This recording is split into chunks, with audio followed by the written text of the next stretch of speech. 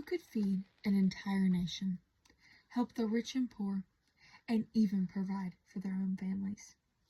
I know somebody. A farmer can. Now I have a quote for you. It states, "You might need a doctor once a month, but you need a farmer 3 times daily to stay healthy." Farmers are the backbone of America, and we need them to play a crucial role in our political process. To begin with, the political process has always been a touchy subject. Farmers in local and surrounding areas, and even the national ones, no matter their age, young or old, are needed in courtrooms, in debates, during important lawmaking decisions, and so much more.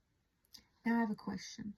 Did you know that the government controls what a farmer grows, the location of a farm, and how food is processed and transported?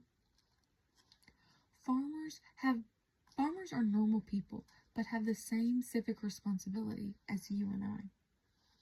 Now, if today you didn't know what civic responsibility means, that just means your right to feel any way about any situation or matter. Farmers' voices are needed.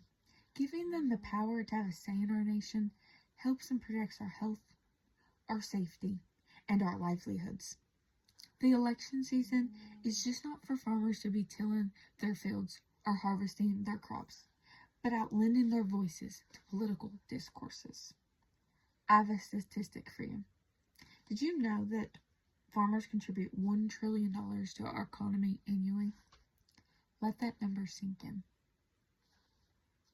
Secondly, farmers have such a unique perspective and stakes that their livelihood is so intertwined with agricultural policies, environmental regulations, and rural development.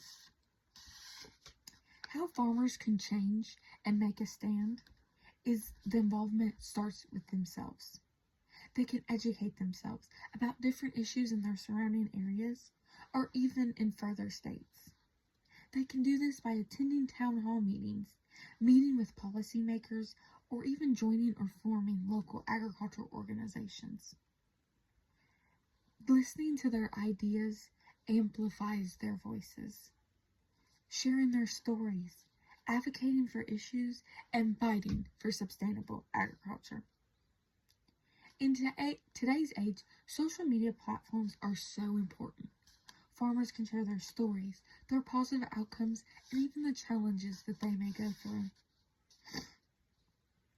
Farmers are always raising awareness, fostering connections that for people that might not be familiar with the agriculture industry.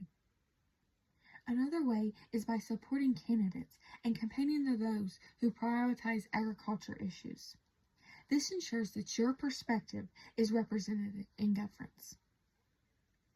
Talking to environmentalists, labor organizations, food justice advocates creates a broader movement to ideas and addressing agriculture issues affecting ag and rural communities.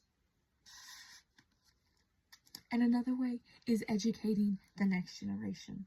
This can be through mentorship programs. This ensures that the future leaders are equipped and able to navigate through the changes and differences in the agricultural world. Thirdly, everybody should know where their food comes from. Your fruits, your veggies, your meats, your grains and crops are all produced by a farmer. Farmers possess a wealth of knowledge about different sectors of agriculture, ranging from animal science all the way to tractor safety, all food systems, and even the challenges that they go through. I have a question. What if the government prevented or stopped your favorite food, or even the product that we feed daily to our animals? What would we do? As a young farmer myself, I know some of the rules and regulations that they have put on farmers.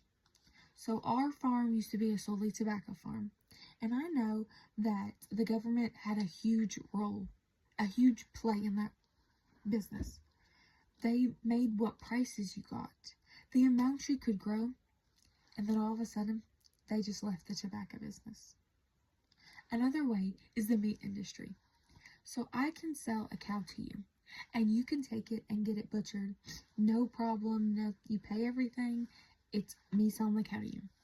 But if I would take a cow to butcher and butcher it and pay for everything, I could not sell that meat because it is not USDA certified. Listening to first-hand experiences can help model and inform better policies. Farmers have been in courtrooms for years.